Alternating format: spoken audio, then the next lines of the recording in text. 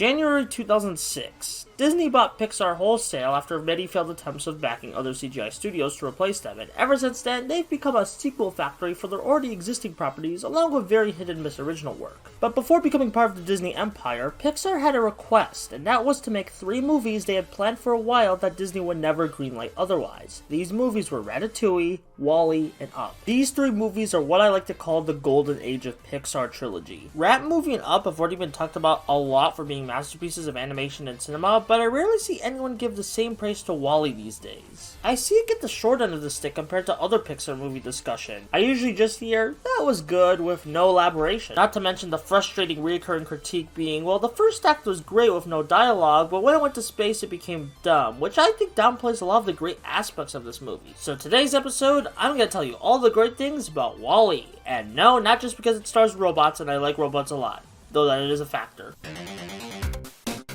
WALL-E takes place in the dystopian Earth, where the megacorporation known as By Stuff has controlled a large portion of the Earth through sheer monopoly power. However, Earth starts to become unlivable, so By Stuff puts most of the humans on a space cruise while WALL-E bots clean up the planet. And now it's been more than 500 years and only one WALL-E bot remains, which serves as our adorable protagonist for the film. He's still cleaning up what he can of Earth, but he's also developed hobbies like collecting interesting knickknacks and listening to jolly songs from old movies. One day a ship comes back down to Earth holding the futuristic robot Eve, who is initially hesitant and cold to WALL-E along with being very trigger happy, but they start to form closer over time. However, when Eve finds a plan, she goes back into space where WALL-E follows. This is the first act of the movie, which is told with little to no dialogue, relying on visual storytelling and comedy to entertain, which is done really well here. The setting of a dystopian Earth is simultaneously haunting yet cozy because we're seeing everyday locations filled with garbage, but we also have these cute robots doing cute robot things. Though I disagree that it should have been the whole movie, because while the environmental and economic messages hit hard here, they're expanded on in the rest of the movie to give a bigger impact, as we'll soon see.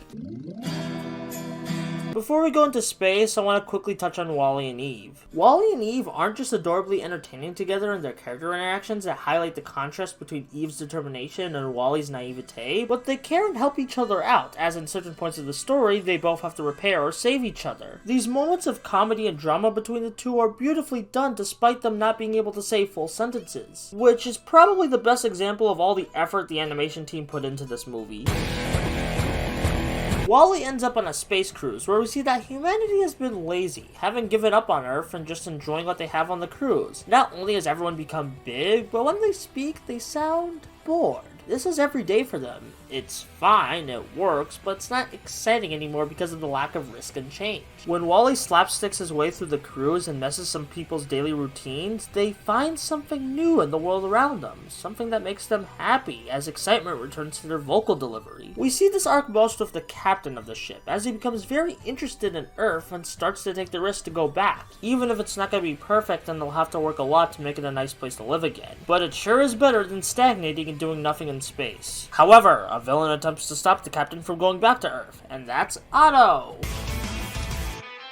When I titled this section Defending Otto, I more so mean defending him as a good villain, not so his actions. I've seen people completely miss the point of this wheel by saying he should have a more dynamic personality and character motivations outside of his programming. To that I say, that's the point! The other robots in the movie, like WALL-E, Eve, and the other characters they meet on the cruise, have their own motivations and emotions. Otto is the antithesis to this. He's never thought about stuff like this because he's the ship's autopilot and just wants to follow his programming like a traditional robot. For God's sake, his name is Otto, how do people miss the point? As for everything else about the wheel, as an antagonist, Otto is menacing, as his voice brings an extra level of threat to his villainous actions, especially since he almost kills WALL-E multiple times. He may have not won in the end, but as a menace to our heroes, he was excellent.